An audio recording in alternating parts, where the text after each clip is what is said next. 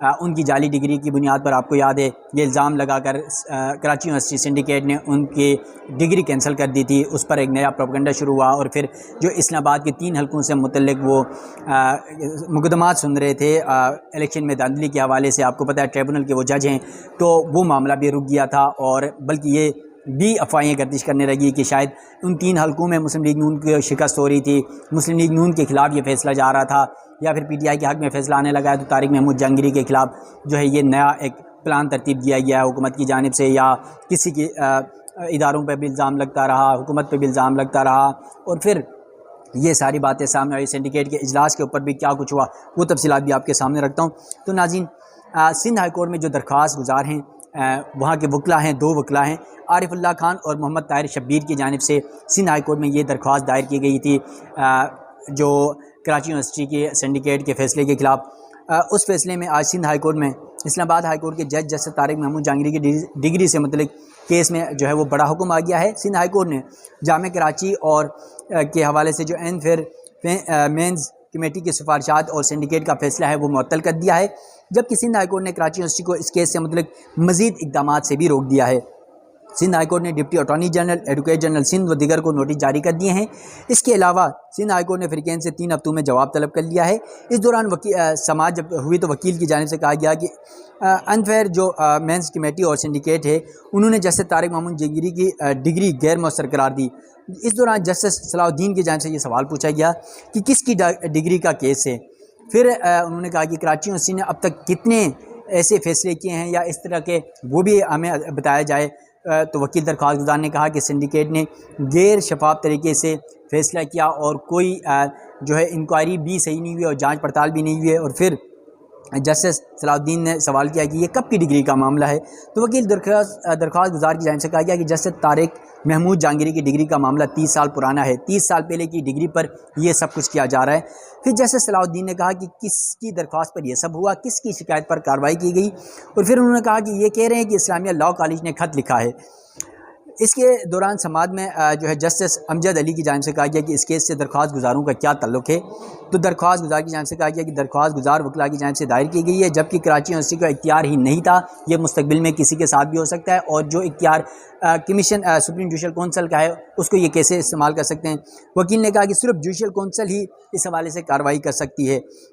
اب آپ کو بتا دوں ہمارے میڈیا میں خبریں چلی، میں جیو بھی دیکھ رہا تھا، میں تمام چینل دیکھ رہا تھا، ساروں نے ٹکر ایسا لگ رہا تھا کاپی کی ہوئی ہے، سپریم جوڈیشل کمیشن لکھا ہوا. حالانکہ سپریم جوڈیشل کمیشن کے پاس انکوائری کا اختیار نہیں ہوتا، بلکہ 2 فورمز ہوتے ہیں. ناظرین آپ کے نالج کے لیے بتا دیتا ہوں، سپریم کورٹ کے اندر 2 فورمز ہوتے ہیں، ایک سپریم جوڈیشل کمیشن ہوتا ہے، ایک سپریم جوڈیشل کونسل ہوتا ہے. کمیشن جو ہوتا ہے وہ سپریم کورٹ یا ہائی کورٹ میں ججز کی تعیناتی کا فورم ہے، اور پھر جو جوڈیشل کمیشن ہے وہ کسی بھی جج کے خلاف شکایت آئے یا ان کے خلاف کوئی درخواست آئے تو اس کے حوالے سے انکوائری کرنے کا فورم ہے. تو یہ 2 فورمز ہیں. تو یہاں پر انہوں نے غلط خبر چلائی ہے. مین جو اصل بات تھی کہ جوڈیشل کونسل ہی اس کارروائی کا اختیار رکھتا ہے.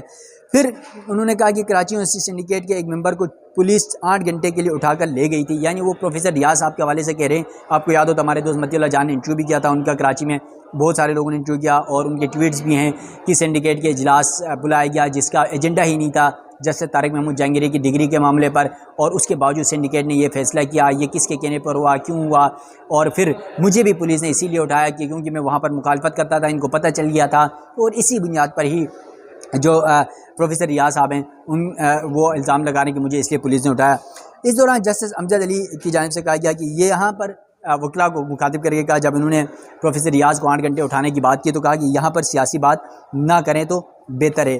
پھر انہوں نے مزید یہ کہا کہ کراچی یونیورسٹی کو مخاطب کر کے کہ کس کی ڈگری آپ کینسل کر رہے ہیں تو اس کو بلانا تو چاہیے تھا، اس بندے کو نوٹس بھی دینا چاہیے تھا، اس سے پوچھ گچھ بھی ہونی چاہیے تھی اور اس کا موقف بھی سننا چاہیے تھا، لیکن آپ نے نہیں سنا. پھر جوڈیشل کونسل میں کوئی بھی درخواست دی جا سکتی ہے، اس کو بھی ہم چیک کرا لیتے ہیں.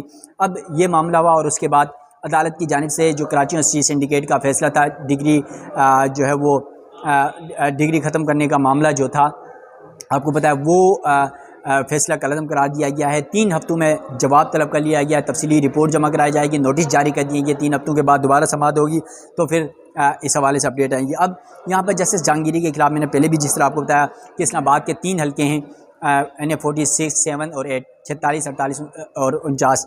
ان تینوں میں جس طرح میں خود الیکشن کور کر رہا تھا الیکشن کے رات تقریباً 3-4 بجے تک شاید میں خود کور کرتا رہا ہوں. تو اس وقت تک 46 میں بتا دیتا ہوں آپ کو کہ وہاں پر جو ان کے پی ٹی آئی کے امیدوار ہیں، آزاد امیدوار تھے، عامر جو ہے وہ تقریباً 45-40 ہزار کی لیڈ سے جیت رہے تھے. لیکن اس کے بعد جب ہم نے میں سو گیا، پھر دوبارہ دوسرے دن تقریباً کوئی 11-12 بجے تھک گئے تھے ہم دن بھر الیکشن کور کر کے. میں اٹھا تو اس کے بعد جو غیر سرکاری یا غیر حتمی نتائج آنا شروع ہو گئے چینلز کے اوپر، یا پھر وہ اس میں رخ ہی تبدیل ہو چکا تھا. یعنی جو رات کو 46-45 ہزار سے جیت رہے تھے وہ صبح میں وہ 45-47 ہزار سے ہار رہے تھے. تو اب یہ مبینہ الزامات اس وقت بھی ہیں.